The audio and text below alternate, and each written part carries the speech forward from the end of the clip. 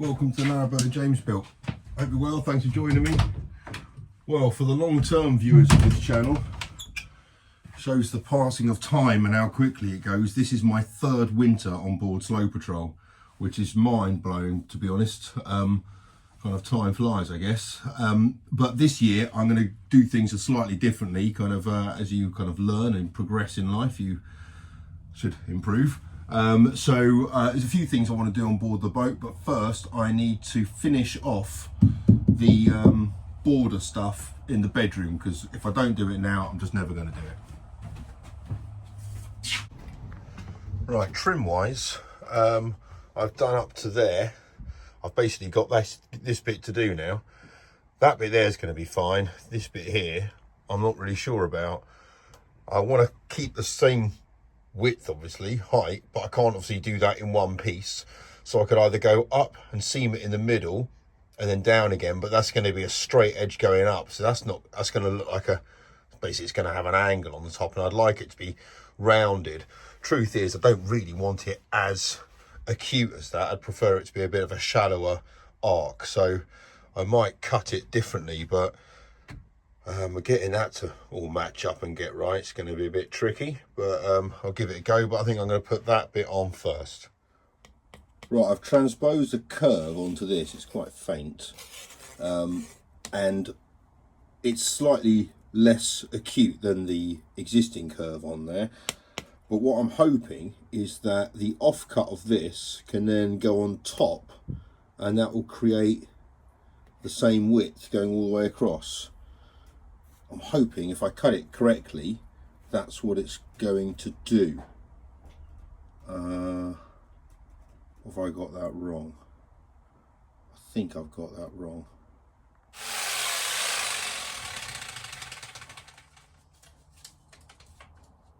Oh, blimey, maybe it will. Right, there's that piece in. Now I can turn my attention to this bit here, the lower one of that. That's the only one that's important whilst that glue is going off. So I'll get that in place. You can see there the difference I've done. Just a touch shallower. Right, I'm pretty happy with that. I haven't tacked it in place yet, but it's just kind of with the clamps on, but that's pretty much what I wanted it to look like. Yeah, that's pretty decent. Happy days. It's blowing an absolute gale at the moment. Wind's really picked up over the last few days. This is my kind of temporary windscreen thing, which, well, it kind of works, but yeah, it's really windy. But I'm really kind of just testing to see how this is all kind of faring up. Apart from the wood squeaking, which is irritating, it's okay. The new pram hood is going to have to sit further forward, so that windscreen bit is going to have to be a bit further forwards to basically eliminate or reduce any potential rain falling into the inside of the boat. The rest of the back of it, to be honest with you, is quite straightforward. My issue is really all around here, access and water tightness, but I'll get round to that. But yeah, this is holding up okay in these kind of strongish winds. Okay, so one of the things I'm going to do differently this year on the boat, and obviously it's now winter, the clocks have gone, well, they go backwards? Yeah, they went backwards. So it's now getting darker, like 5 o'clock, which means for us people who live off grid, relying on solar, we're getting a lot less. And on my Victron app, which is connected to the charger controller, I'm seeing that I'm getting a lot less. It's getting the batteries nearly full, but not on every day. And lots of people experience this problem, so much so that on Facebook at the moment I'm seeing loads of boaters asking what other people's solutions are to fridges. So most people tend to put a cool box outside somewhere, which I can do. It's just right there, it's pretty easy, and cool boxes work pretty well. They are what they are, they're just insulated, so they'll keep things pretty cold, drinks and stuff. Some foods you might want at a better temperature or a colder temperature than what a cool box can allow for. On my boat I've also got these bilge fridges down here which work really well for drinks and stuff. I mean, it's pretty cold down there, but it's only November, come January, February, it is really cold down there. So yeah, it works well for drinks. It's not very good though for food and for vegetables and stuff. I don't know, it's a bit fusty down there, so I don't really like that idea. I don't want the cool box, so I'm going to go to keep my fridge going basically. Last winter I turned it off entirely and kept the stuff all outside, which was not particularly suitable. Now the fridge I'm disconnecting from the main leisure bank, so this obviously draws the most current on the boat by a country mile, and it's connected to a distribution box here in the galley, which I've turned off there at the main distribution box, so this is now not live. I went to Halfords and I got myself an extension, which is now basically connecting to that distribution box, and it's got a cigarette lighter thingy at the end of it, and I'm going to use my EcoFlow Delta. So I've been using this for the last week to power my whole galley, which basically is the fridge. There's a couple of lights there, but also it's all the external lights on the boat are all wired to this for some reason. So yeah, that's what I'm going to be using to power this for. And as I said, I've done it for a week, and on full charge without plugging it into any solar panels or anything like this, this will last a week. So it works pretty well, but I tend to obviously keep the solar charger, the solar panel connected to it and run it at the same time. So obviously Deltas can run and discharge electric at the same time. So happy days. So basically plug that into the cigarette light thing at the bottom. And there we go, it's on. It starts to draw quite a lot of current at the beginning, just to when it reduces the temperature of the fridge, but when it gets to temperature it cuts off, and so much so that I'd say it's on, I don't know, it kind of clicks in maybe, I don't know, 10 times a day for about 20 minutes or something. But when this was connected to the main bank of batteries, it seemed to always be on. This noise you can hear now of the fridge was basically always on. Now once it's kind of got down to temperature, it will turn off, and because it's a fairly newish fridge and it's well insulated, it will maintain its lower temperature for, I don't know, a couple of hours or whatever, but that buzzing goes away, which is obviously, I think, better for the fridge, because it's obviously not working as hard or working constantly, it's just getting to temperature and then doing its thing. So I'm wondering if it's a cleaner power. Obviously this is direct DC, so and I haven't got a DC to DC converter on my other setup, so maybe it's the fridge just prefers this type of power. But this is my solution for the winter. It works really well. I said keep it plugged into the solar panels, plugged into this, just does its thing, and I can still move it around. I've got enough flex on there so I can still use the AC at the back or whatever. But yeah, well chuffed with that. That is a good solution. It's been raining for about a day now, and I'm sitting out here in the stern deck underneath my canvas, and it is bone dry, which is quite remarkable really.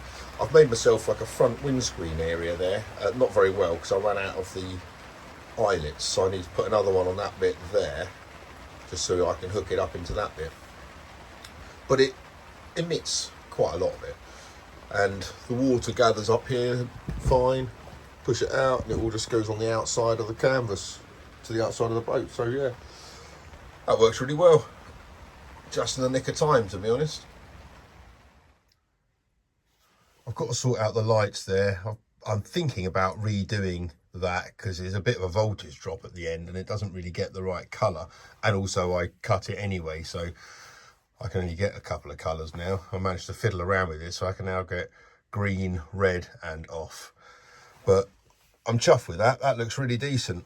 It's the angle isn't as acute as I wanted it, which is good. The reason I had it quite big before is because when I thought that little girls were going to lie down here and put their feet down there, you'd want more of a gap, but they don't. If they do lie down there, they lie that way, so that's fine. But yeah, I'm pretty happy with that. It doesn't look kind of, well, the angles are fine. From different heights, it looks slightly differently, so I'm kind of showing it to you from the best way. So if you look at it down from a higher height, it looks a bit weird. No, maybe not. Or there. Yeah, no, that's all right. So yeah, happy days. Okay, this is about 10 minutes after the little bit I filmed showing you me plugging in the Delta. You'll see now that it's not showing any discharge here. Fridge is still on, but it's not drawing anything. And listen, you can't hear the fridge noise again. And it's only taken 2% just to get it down to there. And I'll turn my other galley lights on and look what happens to it here. This takes 10 watts out of it. So that's those ones under there. Turn it off, back to 0. Fridge on. No power being used. And it's like this for like 18 hours a day now, as opposed to what it was. It's brilliant. This is another way I'm going to achieve some economies this winter on board the Narrowboat. People have said to me last year to get one of these, so I have gone and got myself one. This is a coal cage, and it's pretty basic in terms of what it is. However, the very nice people at this company here, who I shall recommend and endorse purely because their leaflet is worded in a way where you know they're just nice people. Check this out. Thank you so much for purchasing your coal cage. It might look simple, but it's taken a lot of time and effort to get it just right. And he's put like a smiley face emoji. We think it's just great and couldn't imagine stove life without it. Let us know how you get on. We'd be delighted to hear your feedback. There you go, coalcageinfo@gmail.com. I think it costs like 15 quid or something. There's a whole load of kind of quite decent information about it, basically, but essentially you can do it one of two ways. You can either rig it all up and set your fire inside this, or you can do it how I've chosen to do it, which is like this. It goes wide bit at the bottom, and the idea is basically it just keeps all your coal together. You just start lumping the coal in.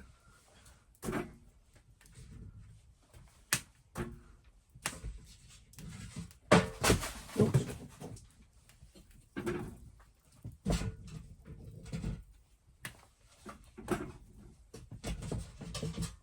Instead of it kind of splaying all over the inside of the fire, it keeps it nice and condensed, which generates a more intense heat.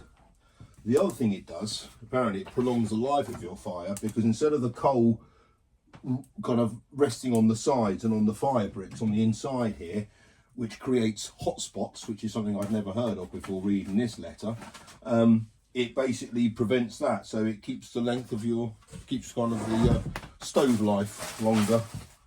So there we go. Apparently you get a 30% saving in coal doing this way, and bear in mind I go through a 25 kilogram bag a week. That'd be good going. The Delta's just kicked in. I've got to say, I think this is definitely the solution for me.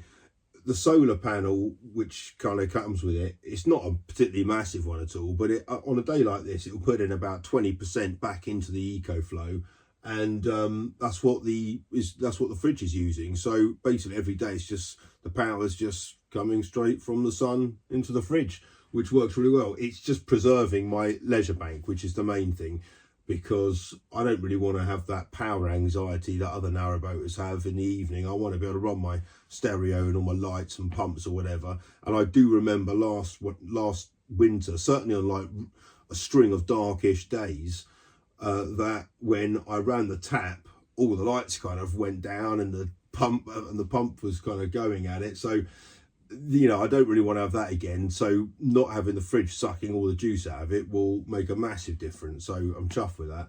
It's kind of got me thinking though about what else I could do with it in terms of powering the boat, and you know, kind of thinking of different solutions, if you like, to having a traditional leisure bank of batteries. So I don't know, we'll see where it goes with that. I guess the future's all there. I got in touch with EcoFlow and kind of started to have some conversations with them about it, and said, look, you know, what else is there that you got that might be able to do this? Could you send me maybe, you know, another Delta, which might be able to kind of have a bit more power to it? And they said they'll be able to do better than that. So I guess we'll wait and see what's on its way. But in the meantime, what I've got there works really well, so I'm chuffed with that. One thing I really need to draw my attention to though is my pram hood. The weather has been like biblical over the last few weeks. We've had like major downpours and really like strong winds. The boat's fared pretty well. I've had one or two little leaky bits, but nothing really to write home about. But the canopy outside has taken a right battering. But also it's definitely shown me what it needs to be. So basically, lengths going fore aft is not what I want. It's got to be side to side. So that's going to be, yeah, so I'm kind of glad that I've had that learning experience with it, but that's going to be something I really need to draw my attention to now, because with wind and rain like we've had, there's still loads of spots that's coming in, and it kind of defeats the purpose of it. So, and it's not particularly easy to get in and out of still. So that's my next plan. Now I've worked out what I need, I've just got to kind of speak to Fluffy Drawers down in Kent and get the bits and pieces together. But I think in terms of the canvas, I'm going to probably do it myself. And I'm definitely going to use the same stuff that I built the skirt with, because that is just absolutely perfect. Talking about upholstery, just quickly, I'm making these little tabs out of denim. They're not particularly pretty on the back, but on the front, that's the, look at that, my sewing skills.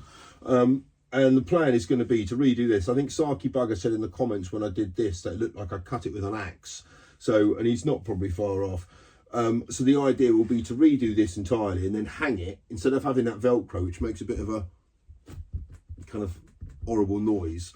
I'm thinking about hanging it with little buttons on the wall, and like metal like push buttons, which will be attached to the wall, pull off like that. So that'd be quite cool. So I think I'll do that, because I wanted a different way. I wanted to redo that, but also I wanted a different way of hanging it. I reckon that'd be a nice feature, having 5 shiny buttons along there.